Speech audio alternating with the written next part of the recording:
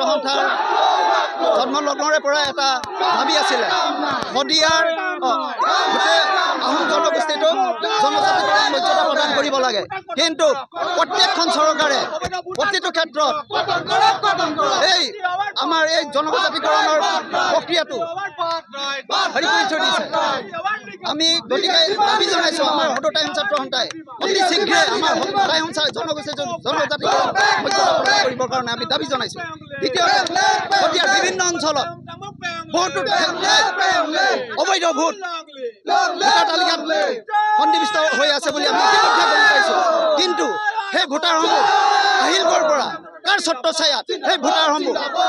শদিয়াৰ এই বিভিন্ন অঞ্চলত নাম অন্তৰ্ভুক্ত কৰিবৰ কাৰণে হেৰি কৰি পালে গতিকে সেই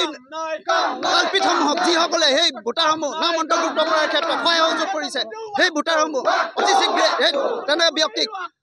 অতি শীঘ্ৰে কৰায়ত্ব কৰি আইনীভাৱে বিচাৰ কৰিবৰ কাৰণে আমি শদিয়া টাইম ছাত্ৰ সন্থাই দাবী জনাইছোঁ আৰু এই অবৈধ ভোটসমূহ অতি শীঘ্ৰে ভোটাৰ তালিকাৰ পৰা নাম কৰ্তন কৰিবৰ কাৰণে আমি শদিয়া টাইম ছাত্ৰ সন্থাই দাবী জনাইছোঁ যদি এই ভোটাৰসমূহ যদি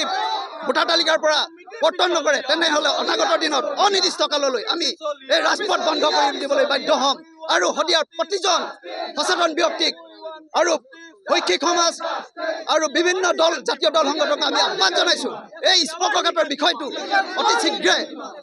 আমাৰ বিবেচনা কৰি ইয়াৰ ওপৰত একলগ হৈ কাম কৰিবৰ কাৰণে এই প্ৰতিহত কৰিবৰ কাৰণে এই এটা অপশক্তি প্ৰতিহত কৰিবৰ কাৰণে আমি শদিয়া টাইম ছাত্ৰ সন্থাই দাবী জনাইছোঁ ধন্যবাদ।